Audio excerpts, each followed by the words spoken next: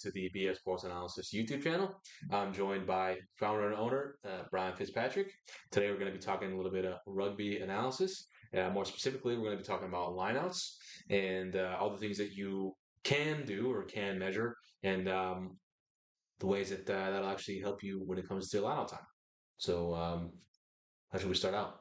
Yeah, so we're gonna go like to the mega depths, and we talked about it in another video of not collecting too much information, but we'll show you how deep you can go. And Yeah, I like to look at the lineup sort of chronologically because when you try to deliver at the back end of this to the players, you kind of want them to be able to sequence the thoughts as well. yeah, And the first thing you're gonna know is where it is on the pitch, yeah, and the next thing you're gonna know is what numbers they have. So if you can have that little bit of switched on, you can get yourself set a little bit early. So I feel like a good majority of amateur teams, they go, 3, 4 mans, maybe 5 mans inside their own 22. 5 mans pretty typically between the 22s, maybe with a +1, maybe not. yeah, And then from 22 in, a lot of them move to 6 man +1s or something like that. Or yeah, it's kind of, obviously, there's variations in that team for 9-5 +1s, whatever. yeah, But the point being, if you know what that team does, one, you can send your week preparing for that type of defense. So if you know you're defending 7 mans yeah, against this team in particular, prep your 7 man defense. yeah. In this area of the pitch, like, Yeah. yeah, So that's for me the sort of starting point. yeah, What point do they change? And of course, you can categorize that by 22 to halfway, or you can split that up again between the tens if they do something different there. yeah, yeah, Um, or you can do it by 10 meter blocks, whatever. yeah, But the more precise you get, the more you divide up your information. But you can probably generally get a pretty good guess on where they use different parts of the line, and they might mix it up and have different setups at different times as well. yeah, Or yeah, even just knowing they have a large variety of setups is also good information yeah, yeah. that it's to be prepared for a multiple amount of defenses you're going to need to run, for Yeah, example. yeah. Okay. Yeah, that makes sense. So after sort of like the pitch location and then the number of people in the line out, what's sort of like the next thing that you would maybe look at if you're going a level deeper? So the next level then from there is looking at where in the pitch, and so these clues you have now, where in the pitch or what the numbers are, Yeah, yeah, that can feed into where the ball is going to be thrown. yeah. Would be in the Okay. next place. Yeah, So you go, okay, off their 6 mans, they're more likely to throw to the back middle. But when they have a +1, they might be more looking more front middle. yeah, yeah, And looking for little clues within that. So, like a poker player, you're looking for tells. yeah, And yeah, what you're trying to do is you can't give all your players all the tells they have, but you want to go, okay, this one is when it goes to sort of 80%. This is what they're going to do. yeah, yeah. And Because once again, you don't want to sort of overload them with information, telling them like, all right, so when this guy wiggles his pinky, he's going here. yeah. Yeah, So it's that might be a good one, but yeah. It could be. Yeah, it could be. Yeah, body language call. yeah, exactly. It could be the greatest tell ever. Yeah. But yeah, it's like 60% of the time they go here, but if the other 30% and 10% of the time they go somewhere else, Yeah. maybe like do you bank on the 60%, or maybe the 60% of the time they go to the front, but then the other 30% of the time they go to the Yeah, back yeah, yeah, or whatever. It's like, well, if you bank going to the front, are you giving away a big lot if they do go to the back? You should make up your mind there and yeah, yeah, how you read that, or you're just going to let them run their whatever defense they run yeah, yeah, to get to that. But yeah, there always is something there at the end of their +1 gives away something, or their numbers give away something. yeah. There's some sort of like trigger Yeah, that can give you a clue as to like where it's gonna go. yeah. Yeah, And it's just if you know what the most likely outcome is, their sort of favorite throw, you can start breaking towards why wouldn't they do their favorite throw? yeah. What's the picture you have to give in defense or blah blah blah to make them do something different? So Right, right, right. Forcing them into something that you know they don't want to do.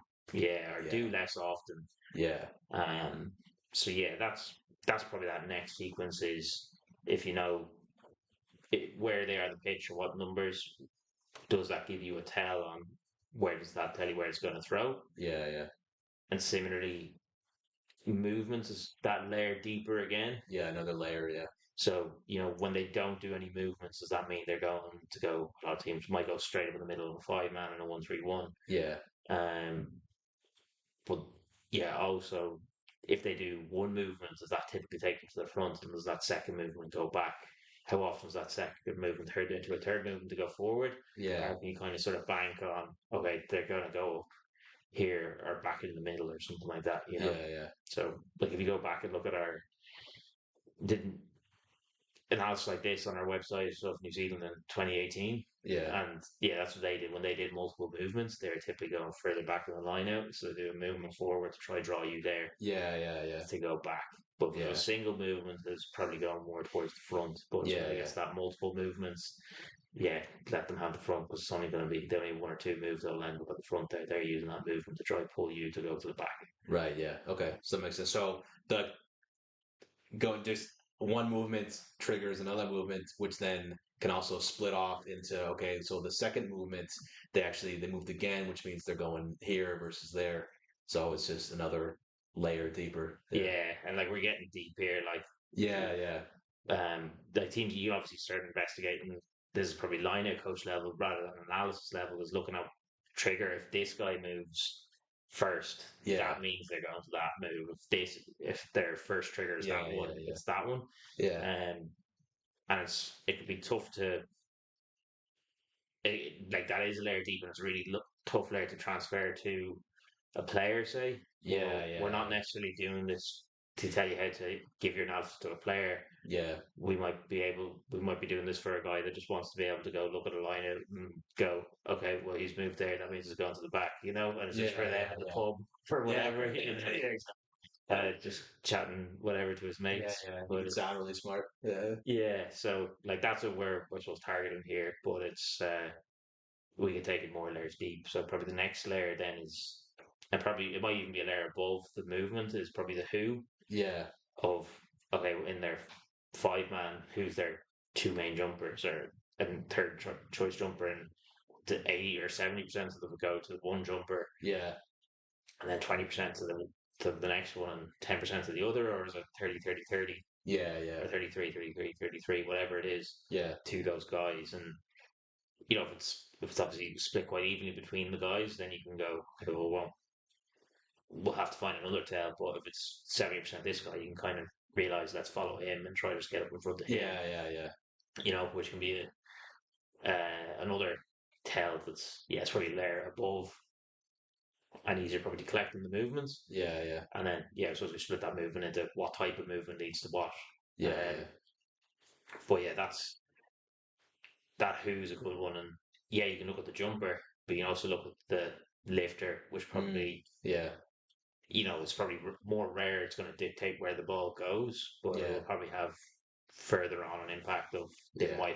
they might be trying to get certain lifters in certain places either Yeah. to get a bit more height or to have someone with more strong at the front of Yeah. that maul, for Yeah. example. At that who one is probably a really strong thing, especially for like amateur or like even elite amateur, because sometimes you go into a game and okay, red scrum cap, he's their only jumper, like smart him. Like, you know what I mean? So that's probably one of the more useful things to look at when you're going to your Lineout analysis. Yeah, definitely. Yeah. Like I think even at international level, Yeah, you even look at the Six Nations, like teams talk about going in one or two main jumpers. yeah, yeah, And then do they pick a line out option at six or whatever? yeah, yeah, And do they want to be forced to throw to him or not or whatever? yeah, yeah, So it's that it can definitely be a big tell as the who. But if it's a 5 man and they have two main jumpers, you can only really mark one of them. So yeah, yeah, unless you're going one man lifts, of course, whatever. yeah, But yeah, that is definitely a good tell there. yeah, yeah, 100%. So then I guess based off of all of that, going I guess another layer deeper, but I guess it's more of an adjacent layer, not necessarily about the Lineout itself, but Yeah, unless you're talking mall. So what that I guess that would all sort of like culminate into what they're actually going to do off of the mall then. yeah. Yeah, that sort of chronological sequence. Now they've Yeah, won the line out. We knew where they were going. We might have got up, but they won it. yeah, yeah, What are they going to do next? yeah, And again, that might be dictated by a lot of things. Obviously, pitch position inside the 22, they maul. Outside, they don't. Yeah, yeah, If they throw to the back, they might be going to the back line more. If they throw to the front, they might maul more.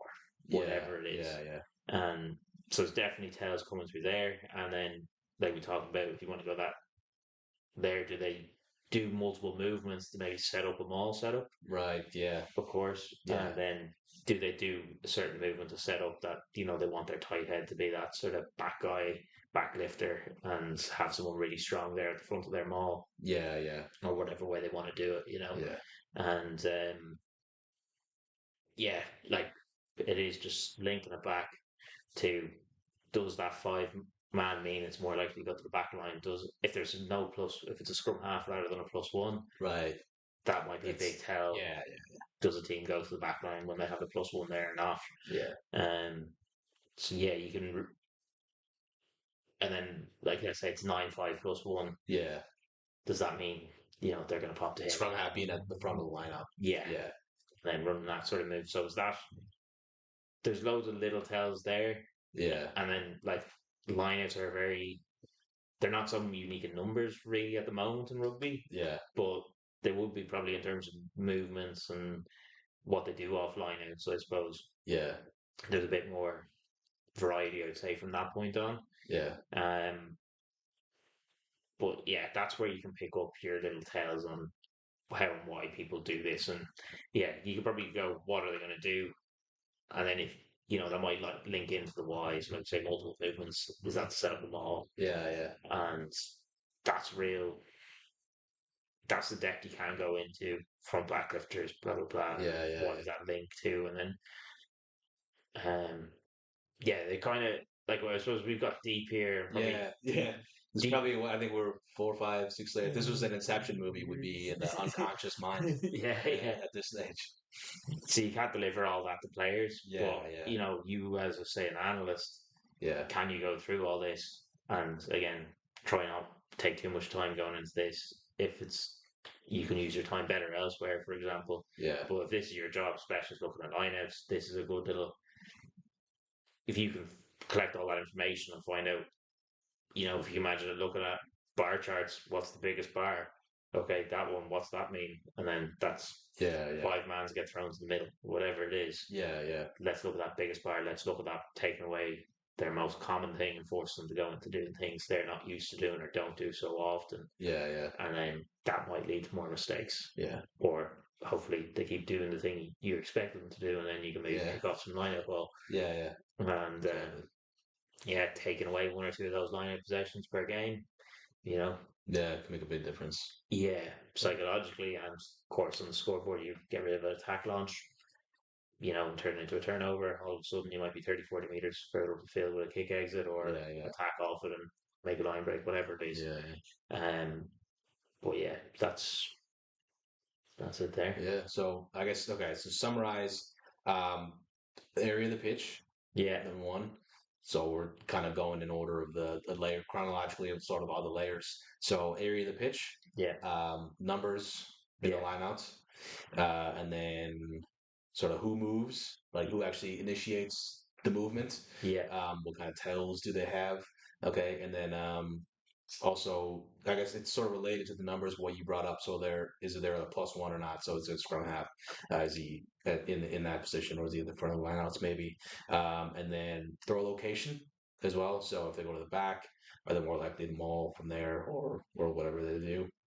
And then sort of culminating in all of that information, sort of like the last sort of base layer is sort of what they would do off of everything that just happened. So post line out, is it a maul? Is it a backline, or is it peel, or something like that?